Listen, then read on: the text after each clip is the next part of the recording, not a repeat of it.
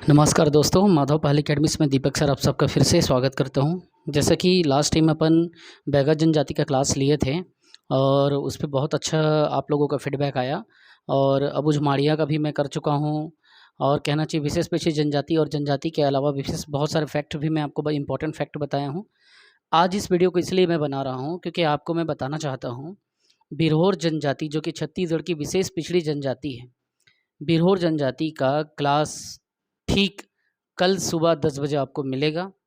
और बिरहोर जनजाति ही क्यों इम्पोर्टेंट है, क्यों बिरहोर जनजाति को पढ़ना है, इस चीज़ पे मैं आप लोगों को एक शॉर्ट नोट बनाने के उद्देश्य से इसको रिकॉर्ड कर रहा हूँ। मैं आपको बताना चाहता हूँ कि कल की क्लास आप मिस ना करें। अगर आप कल की क्लास को मिस करते हैं तो मैं आपको बता रहा हूँ कि मैं जो कंटेंट आपके लिए बना रहा हूँ वो आपसे छूट जाएगा। 20 साल के पुराने क्वेश्चन पेपर को मैंने सेट किया है, पूरा स्टडी किया है, तब जाकर के फिर मैं उस वीडियो को आपके लिए बना रहा हूं। और 20 साल के क्वेश्चन में जितना भी बिरहोर से संबंधित क्वेश्चन पूछा गया है, 15 साल 20 साल में जितना मेरे को क्वेश्चन मिल पाया, चाहे पीएससी प्री का हो, चाहे व्यापम का हो, चाहे विभिन्न प्रकार के छत्तीसगढ़ का एग्ज़ाम हो और विभिन्न प्रकार के कहना चाहिए कि नेट के माध्यम से या बहुत सारे कहना चाहिए कि एमपी में भी कुछ क्वेश्चन उससे रिलेटेड आए हैं। मैं सब बिरहोर के सारे डेटा को एक जगह कलेक्ट करके रख दिया हूँ। मैं आपको बताऊंगा बिरहोर जनजाति की साक्षरता जैसे 39% है, ठीक है। पुरुषों की साक्षरता 49 है बिरहोरों का, महिलाओं का 28% है, पुरुषों का 49 है।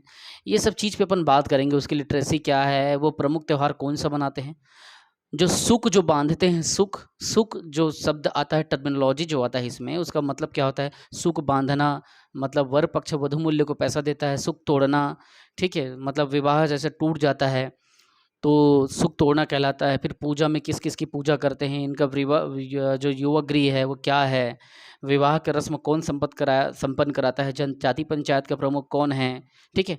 और पाहन का किसे कहते हैं, इसके कितने प्रकार हैं, जैसे 2 प्रकार हैं, उथलू घुमा और दूसरा है जधीश, 2 प्रकार हैं इसके, है ना, बिरहोर के।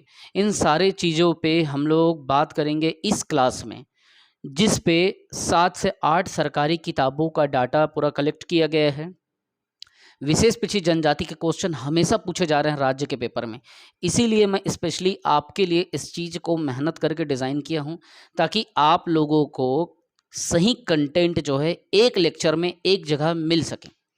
क्यों इंपॉर्टेंट है विशेष पिछड़ी जनजाति को पढ़ना, आखिर समझना पड़ेगा इस क्वेश्चन को। विशेष पिछड़ी जनजाति आपको आपके कल्चर से जोड़ता है। दूसरा, वो जनजाति जो कहना चाहिए कि अपनी पहचान खो रहे हैं, उसको सरकार विभिन्न योजनाओं के माध्यम से ऊपर उठाने का काम कर रही है, ठीक है। और उनके प्रश्न इसीलिए ज़्यादा पूछे जा रहा है क्योंकि उनको मुख्य धारा से जोड़ना है। इसीलिए सरकार क्या करती है, इनके लिए विभिन्न प्रकार की योजनाएं बनाती है। इनके कला को, इनकी संस्कृति को, इनके प्रकार को, इनके विभिन्न प्रकार की जो योजनाएं हैं, विभिन्न प्रकार के भाषा समूह हैं या इनका शुरुआत कैसे हुआ, ये सब चीज़ों का अपन कहना चाहिए कि एक क्लास में ख़त्म करेंगे। दूसरी बात, आप सभी को पता है कि छत्तीसगढ़ राज्य में 5 प्रकार के विशेष पिछड़ी जनजाति केंद्र ने घोषित किया है, 2 प्रकार की जनजाति जो है राज्य ने घोषित किया है। हम उन सभी चीज़ों पे चर्चा करेंगे और उस पे आगे बढ़ेंगे। इसीलिए मैं पर्सनली आप लोगों को एक बात बताना चाहता हूँ, एक किताब को पढ़ने में कितना समय लगता है और हम 7 किताब के डाटा को एक जगह कलेक्ट करके अगर डाल देते हैं, 7 से 8 किताब के डाटा को एक जगह कलेक्ट करके डाल देते हैं और एक जगह उसको क्या करते हैं, लिख देते हैं और उसको 2 बार 3 बार रिवीजन करते हैं। उससे होता क्या है, जब क्वेश्चन एमसीक्यूज के फॉर्म में आता है वो हमसे छूटता नहीं, वो हमसे बन जाता है, वो ठीक बन जाता है। और ऑथेंटिक डेटा जो सरकारी किताब से लिया गया डेटा है, अगर उससे आप करते हैं तो आपका बहुत अच्छा नंबर, बहुत अच्छा कहना चाहिए कि आप इससे मार्क्स जो है गेन कर पाएंगे। इसीलिए मैं जो बिरहोर जनजाति या विशेष पिछड़ी जनजाति की क्लासेस डाल रहा हूँ, वो कोई एक फैक्ट वाला बुक मार्केट से लाओ उससे पढ़ो ऐसा नहीं है। सरकारी किताबों का अध्ययन करके बनाया गया है, डेटा का कलेक्शन किया गया है, तो समय बर्बाद ना करें। जो मैं डाला हूं उसको चैनल में जाएं, 5 बार 6 बार देखें, मैं गारंटी देता हूं उससे बाहर उसका क्वेश्चन आएगा ही नहीं। आपसे प्रश्न जनजाति के इसलिए छूटते हैं क्योंकि आप वन टाइम क्वेश्चन पढ़ के चले जाते हो या ज़्यादा ऑथेंटिक डेटा का बुक मेहनत नहीं करना चाहते।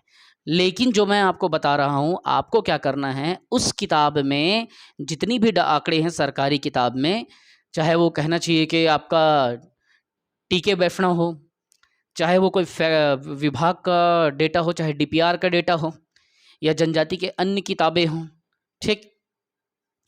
और एससी राय साहब के कुछ स्टेटमेंट है द बिरहोर में, वो सब चीज़ को मैं कलेक्ट करके उसको डाल रहा हूँ। तो ठीक कल आपको 10 बजे आपको उसको पढ़ना है, नोट करना है, और 7 किताबों के पूरे डाटा को एक जगह, उनकी कला को, उनकी मान्यता को, उसके त्यौहार को, सब चीज़ को मैं एक जगह एक्सप्लेन करूँगा सिर्फ एक लेक्चर में। इसलिए बिरहोर की क्लास ना छोड़ें। और विशेष पिछड़ी जनजाति की 3 क्लासेस मैं ऑलरेडी कर चुका हूँ, अबू झुमाड़िया का, बैगा का, कमार का, वो भी आप देखें, क्योंकि वो भी 7-7 किताब से, 6-6 किताब से पूरा जुगाड़ करके, डेटा को ला करके, सेंट्रल लाइब्रेरी में बैठ करके वहाँ से कंटेंट रेडी किया गया है। इसीलिए आप सभी स्टूडेंट्स के फेवर में उसको डाला गया है, ताकि आपसे क्वेश्चन इससे छूटे ना। तो बिल्कुल आप माधव पहल एकेडमी के सारे वीडियो को सपोर्ट करते हैं। उन सभी बच्चों का मैं थैंक्स कहूँगा जो हमेशा मेरे क्लास को अपने स्टेटस में डालते हैं और उन लोगों तक एजुकेशन पहुँचाते हैं जो मेरे चैनल से नहीं जुड़े हैं या जिनको एजुकेशन की ज़रूरत है, उनको आप पहुँचाते हैं, ठीक है। तो अच्छे से पढ़ें, पढ़ते रहें, बढ़ते रहें। जय भारत माता, जय मातृभूमि, जय छत्तीसगढ़।